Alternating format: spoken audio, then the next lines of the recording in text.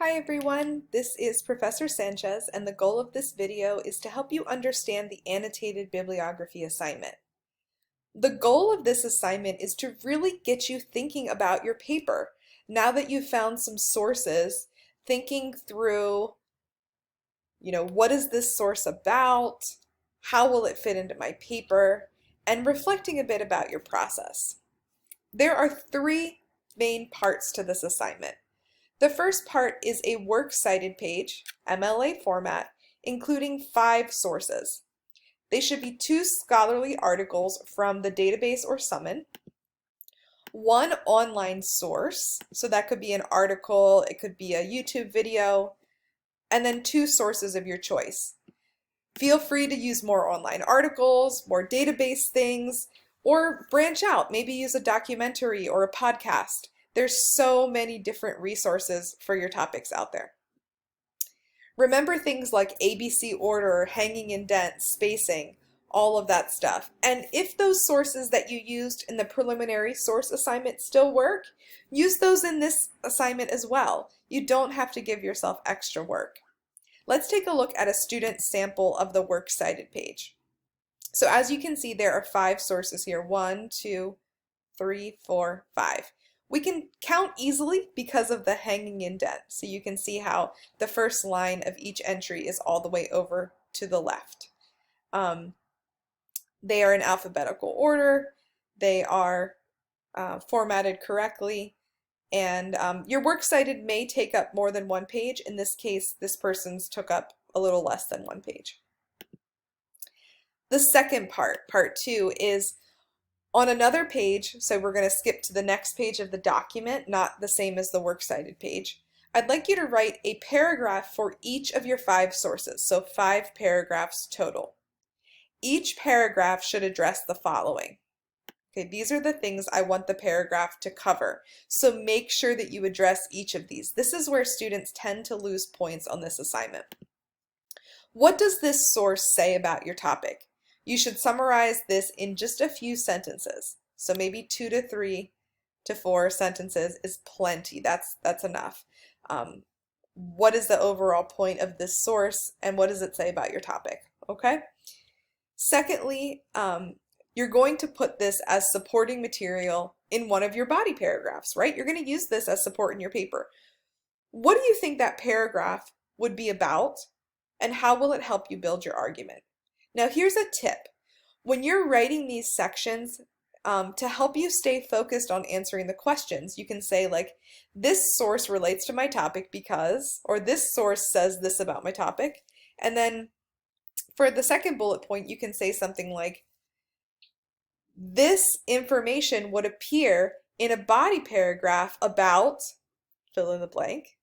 It will help build my argument because.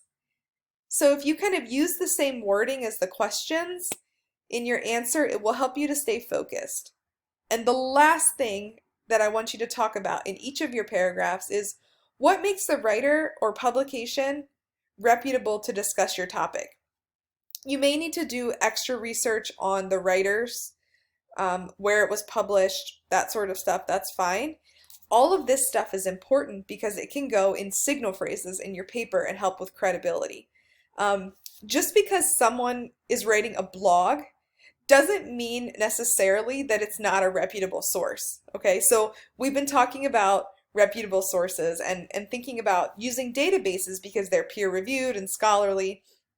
At the same time, if you're looking for a first-person account, that might not be found in the databases. So you have to take the blogs or the Facebook posts or whatever with a grain of salt because these are maybe not experts.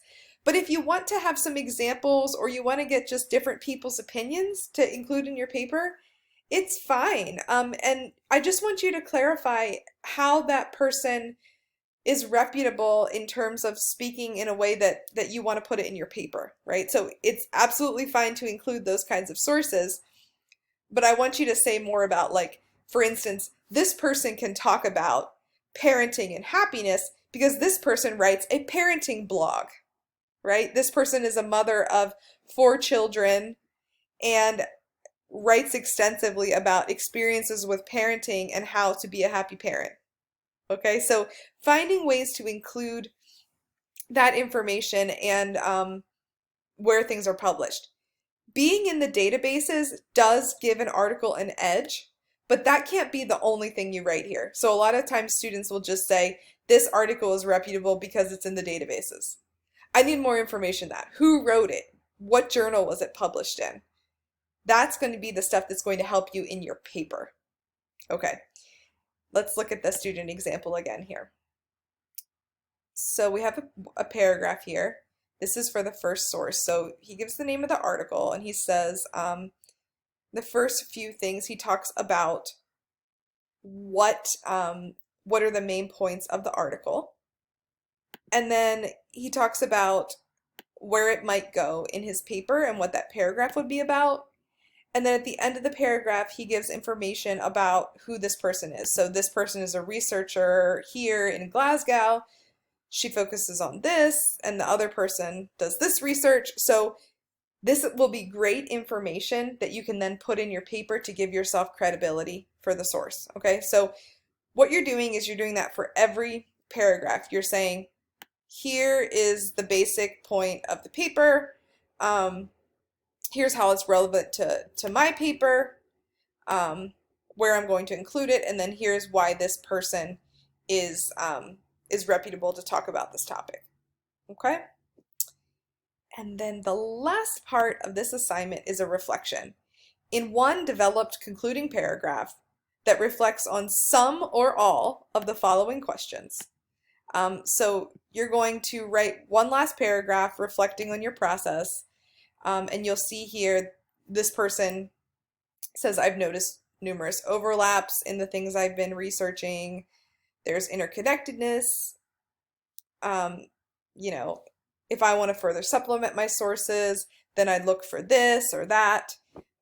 So just answer the questions. It doesn't have to be overly formal. I just want you to reflect a little bit about your process. And that's it. So just to review, part 1 is the Works Cited page with 5 sources, 2 database, 1 online, and 2 of your choice. Part 2, we have the 5 paragraphs discussing how the source connects to your topic, where it will fit into your paper, and why the source is reputable. And then the last part is just a reflection, answering some or all of the questions posed. Good luck to all of you. I hope this is helpful in really thinking through your focus and reading and analyzing your articles. I hope it's a really good exercise for you and that you learn some new things. Enjoy.